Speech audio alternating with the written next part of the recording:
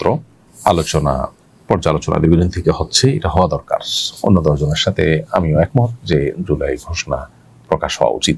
তবে সেই সাথে ঘোষণাপত্রে এদেশের মানুষের যে স্পিরিট, যে চেতনা, যেটার উপর ভিত্তি করে এদেশের মানুষ জীবন দিয়েছে, প্রত্যেকটা মানুষ ঘর থেকে বের হয়েছে, সমর্থন দিয়েছে, বিভিন্নভাবে মানুষ আত্মত্যাগ করেছে, সে বিষয়গুলো যেমন উল্লেখ থাকা দরকার, সেই চেতনা যেমন উল্লেখ থাকা দরকার। জুলুম, তারপরে ফ্যাসিজম, গুম খুন, তারপরে জোর করে মানুষের উপর খড়গহস্ত হওয়া বা মানুষের উপর শাসন কার্য পরিচালনা করার বিরুদ্ধে মানুষের যে অবস্থান, সেই বিষয়গুলো থাকার পাশাপাশি এখানে ইসলামী মূল্যবোধের বিষয়টা খুব গুরুত্বের সাথে স্থান পাওয়াটা যৌক্তিক। কারণ এখানে শহীদ আবু সাইদ থেকে নিয়ে শুরু করে স্কুল, কলেজ এবং মাদ্রাসার শিক্ষার্থীদের, হাজার হাজার লক্ষ লক্ষ শিক্ষার্থীদের মধ্যে আমরা দেখেছি তারা দ্বীনি চেতনায় উদ্বুদ্ধ হয়ে আল্লাহর রাহে জীবন দিয়ে শাহাদাতের মৃত্যু তারা আকাঙ্ক্ষা করেছেন, তামান্না করেছেন। বিধায় দেখা গেছে যে আন্দোলন চলাকালীন সময় রাস্তার মধ্যেই তারা দাঁড়িয়ে জামাতের সাথে সালাত আদায় করেছেন। অনবরত এই ধরনের কাজ তাদেরকে করতে দেখা গেছে। এখান থেকে বোঝা যায় যে ধর্মীয় এবং দ্বীনি চেতনা তাদেরকে উদ্বুদ্ধ করেছে এই ধরনের কর্মকাণ্ডে অংশগ্রহণ করতে।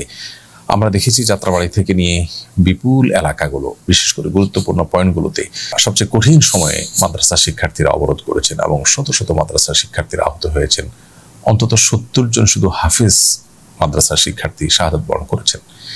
তো এরকম আত্মত্যাগ যারা করেছেন ঘোষণাপত্রে, তাদের কথাটি যেন খুব সুন্দর করে সুস্পষ্টভাবে উল্লেখ থাকে এবং তাদের চেতনা যাতে পরিষ্কারভাবে উল্লেখ থাকে ঘোষণাপত্রে, সেটি থাকবে আমাদের গুরুত্বপূর্ণ দাবি। আমি আশা করব যে ঘোষণাপত্র যারা রচনা করবেন, তৈরি করবেন, তারা বিষয়টিকে মাথায় রাখবেন। তা না হলে ঘোষণাপত্র এটাকে জনগণই প্রত্যাখ্যান করবে।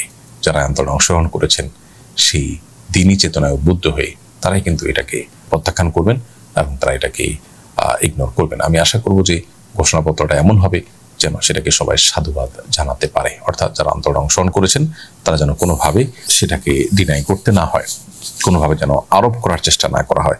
আমরা দেখেছি যে জুলাই আন্দোলনকে এক শ্রেণীর মানুষ সেটাকে কবজা করে তাদের নিজেদের বিভিন্ন এজেন্ডা বাস্তবায়ন করা, বিদেশিদের বিভিন্ন এজেন্ডা বাস্তবায়ন করার মধ্যে এখন লিপ্ত হয়ে গেছেন। সরকারের কোনো কোনো উপদেষ্টা যারা জুলাই আন্দোলনের কোনো অংশগ্রহণ ছাড়া, কোনো অবদান ছাড়া উপদেষ্টা হয়ে তারা এখন তাদের বিভিন্ন বিদেশিদের বা এনজিওগুলো বিভিন্ন এজেন্ডা বাস্তবায়ন করার কাজে লিপ্ত। তো সেই বিষয়গুলো যেন না ঘটে সেদিকটা খেয়াল করার জন্য আমরা বিনীতভাবে অনুরোধ করব।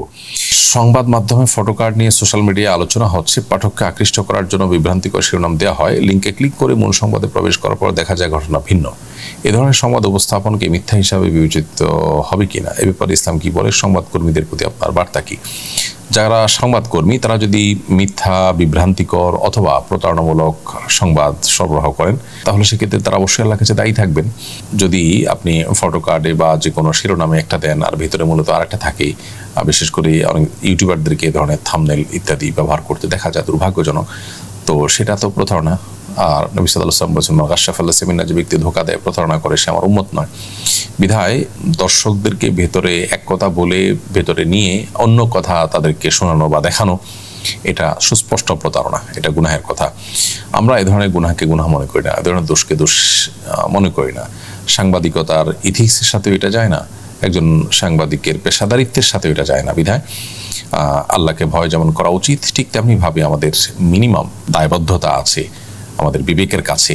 সেই জায়গা থেকেও আমাদের এই ধরনের কর্মকাণ্ড থেকে বেঁচে থাকা উচিত এবং বিরত থাকা উচিত। আজকাল দেখা যায় মূলধারা গণমাধ্যমগুলোর অনেকগুলোতেই এ ধরনের ফটোকার্ড ইউজ করা হয়, এ ধরনের শিরোনাম ইউজ করা হয়, যেগুলো নিছকই ভিউয়ার টানার জন্য। সেখানে না কোনো বস্তুনিষ্ঠতা থাকে, না কোনো সত্যের লেশ মাত্র থাকে।